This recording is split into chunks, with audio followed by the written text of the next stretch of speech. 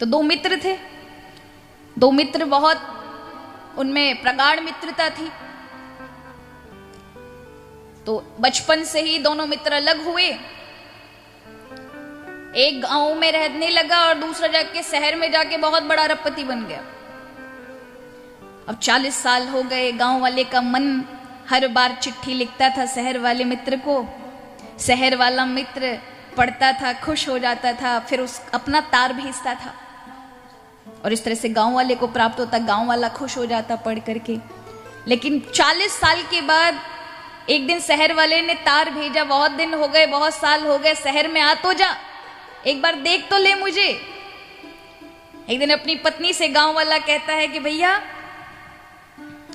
देवी, मैं तो जा रहा हूं मेरे मित्र के पास शहर में, 4-5 दिन बाद आऊंगा, थोड़ा मेरे लिए भोजन व्यवस्था, कपड़े उपड़े की व्यवस्था कर दो। पत्नी ने जैसे तैसे जो व्यवस्था बनती है भेजा। ये शहर वाले व्यक्ति के पास गया, एक तो बहुत बड़े बंगले में रहता है। पहुंचा, शहर वाले को पता चला मेरा गांव वाला मित्र आया है, दौड़ कर गया, स्वागत किया और महाराज ये ठाट देखे अपने मित्र के, शहर वाले के, बहुत खुश हो गया। लेकिन जैसे ही सोफे पे बिठाया, हमारा सोफा भी ऐसा स्प्रिंग वाला, कभी मेरा बैठा नहीं, जैसे ही बिठाया 1 फुट ऊपर उछल गया। अरे ये क्या बवाल है? बोले नहीं नहीं, ये बैठने की जगह है। अच्छा भैया, अब उसे बार बार परेशानी हो, ये तो बार बार उछल रहा है, थोड़ा सा अगर बैठते हैं, हल्का सा भी अपना बोझ डालते हैं। रात्रि में शहर वाले मित्र के यहाँ काम वाले काम करते थे। उसने अपनी पत्नी से कहा, देखो मेरा मित्र बार बार तो आता नहीं है, कितने साल बाद आया है, अपने हाथ से भोजन कराना। और आप जानते हो, देखो सभी शहर वालों के ऐसा नहीं होता है, लेकिन प्राय रोटियां ऐसी होती है, फूंक मारो तो उड़ जाए, इतनी पतली, मतलब छानन देख सकते हो कि यहां से आर पार। अब रोटियां बनाने लगी शहर वाली की पत्नी, बनाते बनाते 25 से 30 रोटियां हो गई। गांव वाला खाता, जब उसकी आदत थोड़ी ना मरे इतनी पतली पतली रोटी खाने की। अब यहां शहर वाले की पत्नी की महाराज पसीने पसीने, उसकी भूख नहीं मर रही है, बना बना के परेशान, अपने पति को देखती जा रही है, तुमने मुझे आफत में लगा दी है। अब जैसे ही गांव वाले ने देखा कि शहर वाले की, मेरे मित्र की पत्नी परेशान हो रही, बेचारा भूखे पेट, मना कर दिया, नहीं अब 30 रोटी से ज्यादा नहीं खाएंगे, बस बहुत हो गया, पेट भर गया, भूखा रहना पड़ा, अभी भूख नहीं मिटी।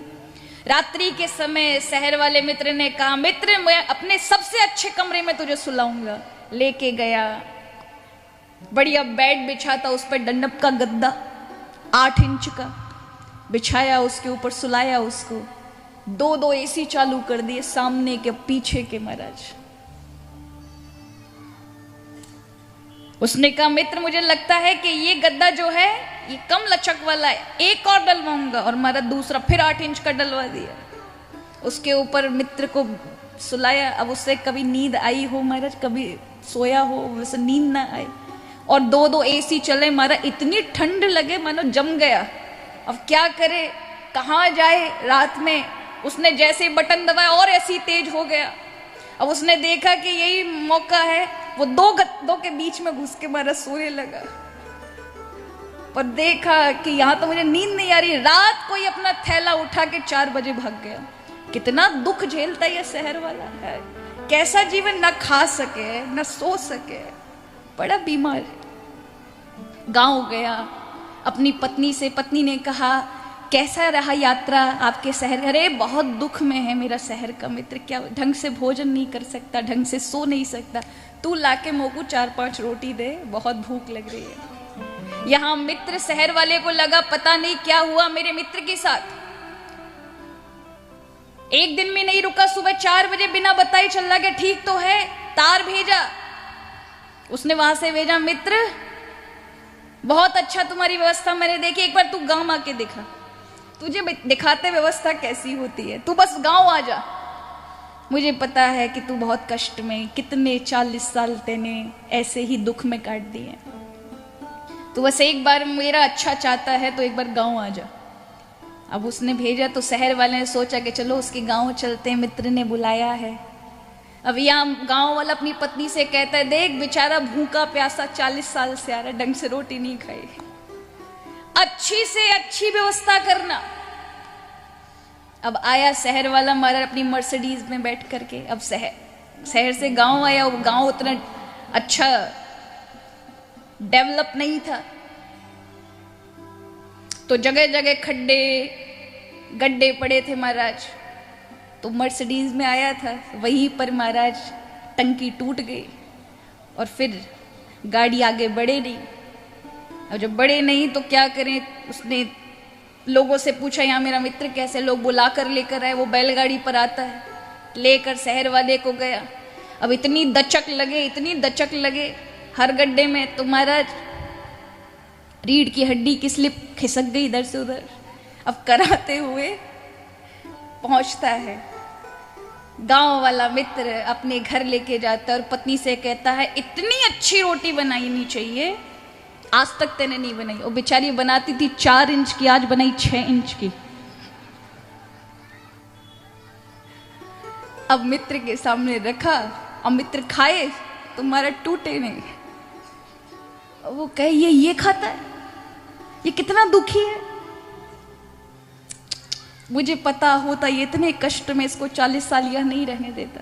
और मित्र सोच रहा है बेचारे ने खाया नहीं है, ये खाएगा तो कम से कम इसका पेट भरेगा। अरे मित्र खाओ, अचार लोगे, छाछ लोगे। अब वो महाराज उसे खाए नहीं, आधी भी नहीं खाई गई। उसने कहा सोने की व्यवस्था कहाँ है, बहुत थक गया हूँ। उसने कहा आज तक तूने ऐसी जगह नहीं देखी होगी, चल मेरे साथ। खेत पर लेके गया, वहां पीपल का पेड़ था जिस पे चौका लगाया था गाय के गोबर का। एक बढ़िया चादर बिछाई थी, एक तकिया लगाया था और कहा ये है प्राकृतिक हवा, तू यहां सो। तू अपने घर के जितने भी तूने लगाए थे वो ठंडे ठंडे वो सब भूल जाएगा। सोया महाराज। अब उसे नींद नहीं आए, मच्छर काटे ऊपर से अलग, और उससे ऊपर से अकेले में महाराज, क्योंकि छोड़ के चला गया। उसने कहा कि तू यहाँ सो, सुबह आएंगे हम। और उसको पीपल के नीचे महाराज डर लगे। उसने कहा बड़े बुरे फंसे, ये कितना कष्ट में है, ना खा सके ना अच्छा सो सके, ऐसा जीवन जी रहे। सुबह 4 बजे उठ करके महाराज जैसे तैसे भागा। शहर आकर के पत्नी ने पूछा कैसा रहा गांव वाले का, बोले बहुत कष्ट में भैया, ना ढंग से खा सकता है ना सो सकता है। अब आपको क्या लगता है, क्या दोनों सुख दुख में है? नहीं, दोनों को लग रहा है हम सुखी हैं, लेकिन एक दूसरे को बताने ये दुखी है। क्यों? दृष्टिकोण दोनों का अलग अलग है। किसी को उस गांव के उस अभाव में सुख नजर आता है क्योंकि वो प्रकृति से जुड़ा है। किसी को शहर के ठाट बाट सुविधाओं को देख करके सुख नजर आता है। सुख उन चीजों में नहीं है, ना ही उन सब व्यवस्थाओं में है। किसमें है? व्यक्ति जहां पर अपने मन को संतुलित स्थिर कर ले, अपने आप को एडजस्ट कर ले, वहीं पर व्यक्ति सुखी है।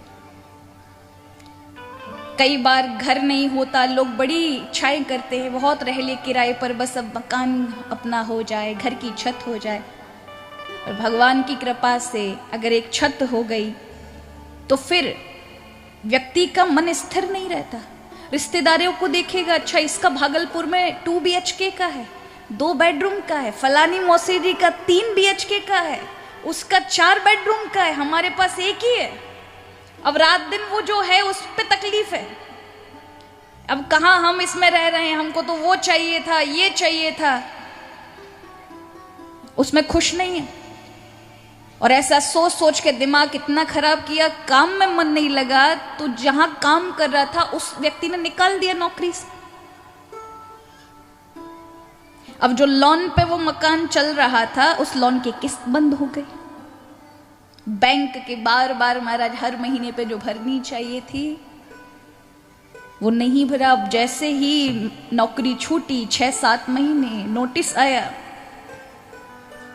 कि अगर इस तारीख को तुमने अपना पैसा नहीं भरा तो क्या होगा, मकान जब्त कर लिया जाएगा। अब वो मकान इतना प्यारा हो जाता है, हे भगवान पैसा की व्यवस्था कैसे हो जाए, कम से कम हमारे ऊपर छत थी, ये चली जाएगी तो रोड पे आ जाएंगे, हे प्रभु कैसे भी बच जाए।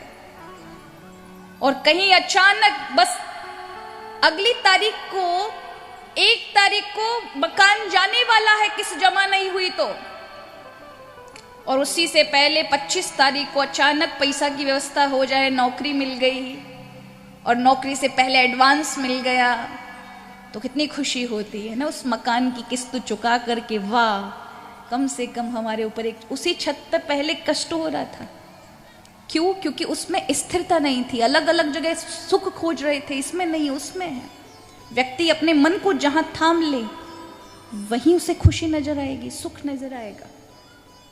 इसलिए भगवान श्री राम को कष्ट क्यों नहीं है? क्योंकि वो वर्तमान में जीते हैं। इस समय जो चीजें उन्हें भगवान के द्वारा, हमें अपने द्वारा, प्रभु के द्वारा जो प्रदान है, उसमें आनंद रहना। प्रभु श्री राम वर्तमान में जीते हैं, जो उन्हें इस समय प्राप्त है उसको स्वीकार करना।